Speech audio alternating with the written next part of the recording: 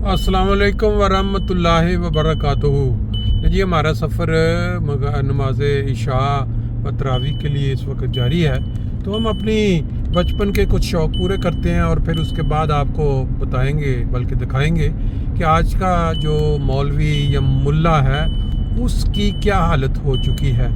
जलन में, हसद में, जिस जगह पे भी वो बैठते हैं वो समझते हैं कि हमारी कामयाबी का पूरा दारोमदार इस पे है कि हम अहमदियों के ख़िलाफ़ या उनके जो शहर हैं उनका नाम लेके जब तक कोई ज़िक्र ना करेंगे कोई लोग हमें नहीं देखेंगे। ये भी मैं आपको दिखाऊंगा। उसके बाद फिर एक इन्हीं लोगों में से अपना जो तबलीगी जमात में से एक अहमदी होने वाले ऐसे दोस्त जिनको अल्लाह ताला ने ये तौफीक दी कि वो उनमें से अपना दिमाग यूज़ करें, अपना वो इसकी करें, तहकीक करें और फिर सच्चाई के रास्ते पर आ जाएं। ये दोनों चीज़ें। पहले हम अपना बचपन का शौक़ पूरा करते हैं। सल्ले अला नबी ना सल्ले अला मुहम्मदिन सल्ले अला हबीबना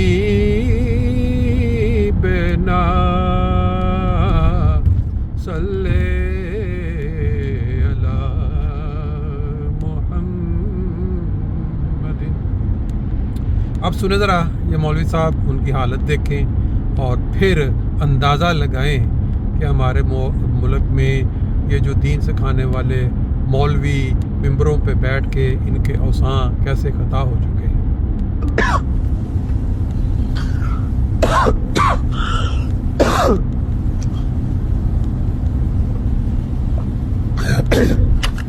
मेरी गुफ्तगू में बाज़ औक़ात जो मेरी गले में या तबीयत में खराबी आती है ना, जब लाइव चल रहा होता है, ये तिल अबीब से, कादियान से, तेहरान से, मुख्तलिफ जगहों से आपके इस भाई पे जादू होता है। ये ऑनलाइन जादू होता है, ऐसे कासी नहीं आती, ये कोई जुकाम नहीं। अल्हम्दुलिल्लाह पिछले 1-1.5 साल से मुझे बुखार तक भी नहीं हुआ।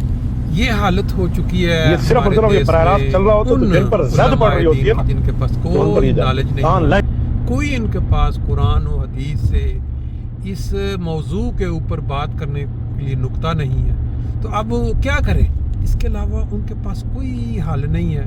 कोई या तो वो अहमदियों को गालियाँ निकालते हैं या वो तस्दीक करते हैं जो अहमदियों के बुजुर्गान हैं, और या फिर ये है कि वो बैठे बिठाए मिंबरों पे ये कहते हैं ये देखें हमें लाइव जादू हो रहा है लाइव।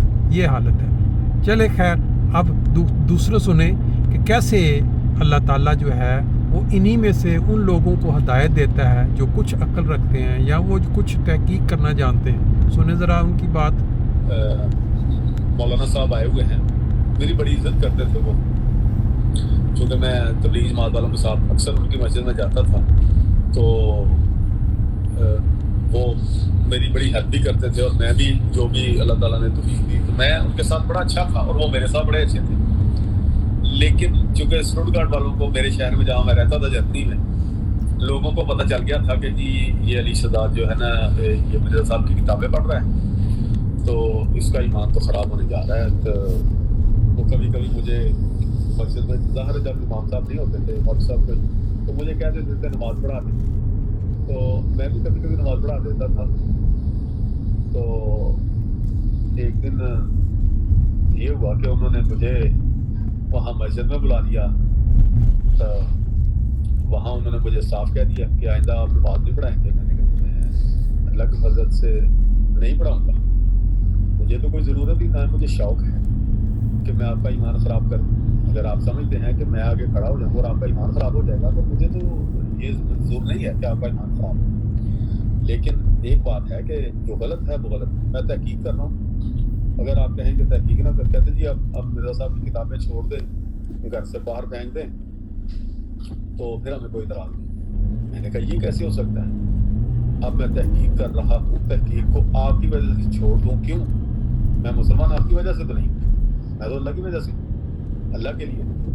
तो उन्होंने ये किया कि तकरीबन 200, 250, 300 बंदा इकट्ठा करके ना पूरे हमारे इलाके से जो मुझे जानते थे अक्सर, तो वो सारे आके ना इकट्ठे करके उन्होंने एक मजमा बना के तो मुझे वहाँ सबके सामने खड़ा करके कह दिया कि जी इनका ईमान ख़राब हो गया, आइंदा ये मस्जिद में इमामत नहीं कराएंगे और अल्लाह आपका भला करे, इनको समझाए जो समझा सकता है। तो मुझे उन्होंने मौका दिया कि जी आप भी कोई बात करना चाहते हैं तो खड़े होकर करें। मैंने कहा जी ज़रूर, अब तो मैं ज़रूर करूँगा।